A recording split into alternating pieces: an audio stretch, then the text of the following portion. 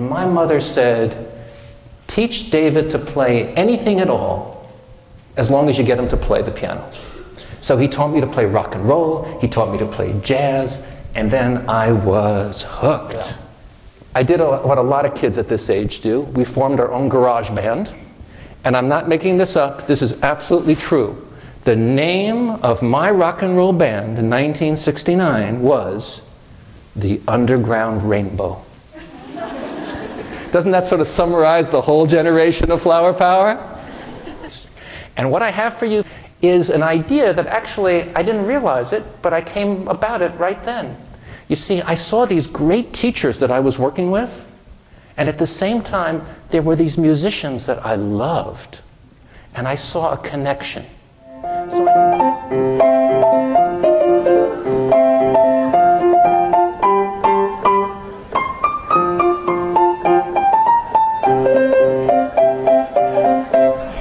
you know that song? If you are a preschooler and you watch Sesame Street, you're going to spend time with your Muppet friends and your human friends. You're going to learn new things. Nobody's ever going to make you feel dumb, and you're going to feel supported in your learning. Be optimistic. It's an optimistic song, but I don't mean optimism in the sense that you put on rose-colored glasses and you pretend that everything's going to be all right when things are sometimes hard. I mean optimism in two ways. First, when children come to your classroom, it's going to be a really good day. You know it's going to be a good day. They're going to learn new things in a supportive atmosphere that you created because you're the teacher. And I went upstairs and I walked into the 6th grade classroom, and there I saw everybody was working. Mrs. Pekoik was at a little table in the front working with a group of kids. The other kids were all sitting at their desks. Everybody was on task and working. It was beautiful. I figured, my work is done. I turn around and I'm getting ready to walk out of the room when I heard behind me the loudest crash imaginable. I whirled around, and there I saw Mrs. Pekoik flat on her back. The table had given way, pushed her chair back. You know, you worry about head injuries on those hard linoleum floors. But you know, I used to teach 6th grade. And I would have expected, if you heard a loud pratfall, I thought I would hear hooting and hollering and carrying on. But what I saw, and the reason this moment has stayed with me for now close to 30 years, is because this is what I saw. Every child in that room was up on his or her feet. And they were all reaching over to her and saying, Mrs. Pekoik, are you okay, Mrs. Pekoik? You see, they were so afraid that they were going to lose their beloved teacher that all they cared about right in that moment was her safety. You see, the truth is, if you give children love, when it really counts, they always give it back to you. And it happened because Anne Pekoik created this in her classroom, this wonderful feeling of optimism.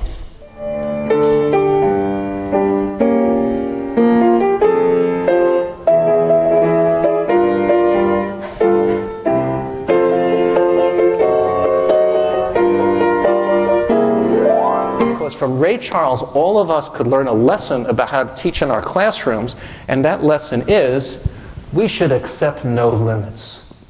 Because people will try to limit you as teachers in two ways. The first way is they will say, well, you know, nothing ever changes. You can try to raise achievement and close the gap, but things never really change. You can try a new strategy, but this will be just the fashion of the day. But they're wrong. These are ways that people try to undermine educators' self-efficacy. That's the psychologist's phrase for the ability to make changes that will actually create great results. If you have strong self-efficacy, you believe you can make the difference. That's why you're here. But the second way people try to limit educators is even more terrible. They try to limit the children themselves. They say things like, well, there's an achievement gap, and African American and Hispanic students are behind, therefore they'll never catch up. That is not true, because all of us know schools where they have made enormous progress in closing the gap, and children have gone on for tremendous successful college and careers. They'll say that about new English language learners. Oh, they're starting out so far behind, they don't even speak English, they can't catch up. Not true. I had a student who started out as an ESOL student, became an Oxford scholar. It's not true. They'll say it about children with disabilities. Also not true. All the children can succeed as long as we don't limit them or limit our self-efficacy. Here's a story of a real teacher, but he said, I want you to graduate high school and be proud. You should at least have a C. I'd like you to have better. And he arranged for tutoring and help for the kids, and he insisted. And when the team got a little bit better, and they started winning about half their games, he did something that blew everybody's mind. He called the team together, and he said, would you like to be a starter? Would you like, at the beginning of the game, for us to announce your name over the loudspeaker while the band is playing and the cheerleaders are cheering and the lights are flashing, and then you're going to run off the bench? Could you all put your hands out for just 1 minute? And you run off the bench and you come out onto the court and everybody is excited to see you because you're a starter for Gaithersburg High School. Do you want that? And they went, yes, coach, yes, yes, we want that. And then he said, 2.5.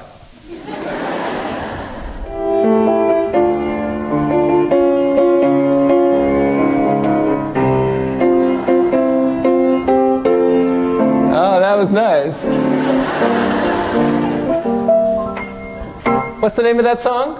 In everything we do, in every action we take as a teacher in our classrooms, the children feel not just the lesson, they feel who we are, our values, our belief in them, our commitment, our love for them. It all comes through. Mr. Andrews stood up and he said this, welcome, parents. I just want you to know there's no place in the world that I would rather be than here teaching your children. I'm going to do a timeout now. I had never heard any teacher start out like that, with such a heartfelt statement about what he believed was his role on earth. I was very moved. And then he went on. He said, you know, we're going to be learning a lot about curriculum and English and math, social studies and science. But first, I want to tell you a little bit about how I run my classroom. Let me do a timeout again. I've been around the block.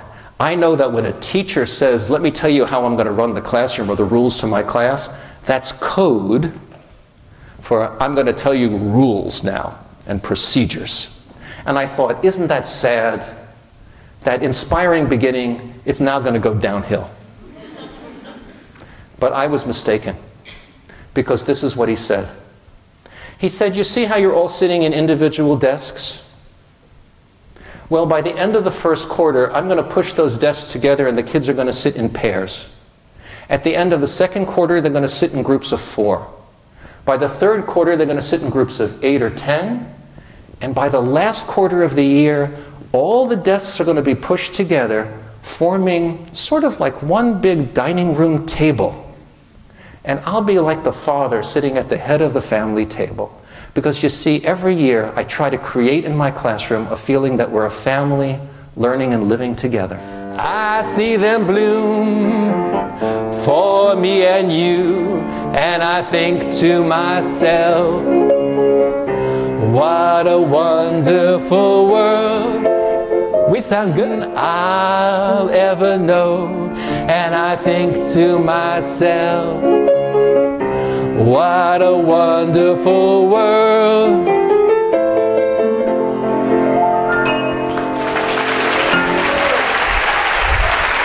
I'll just leave you with this thought. If you hold these ideas in your hearts this year as you teach, you saw that I love music, right? But couldn't you tell the real people I admired in this presentation were the teachers? If you hold these lessons in your thoughts and your practice, what's going to happen is this. You are going to be the legends that your children never forget. And there's no greater legacy than that. Have a wonderful year.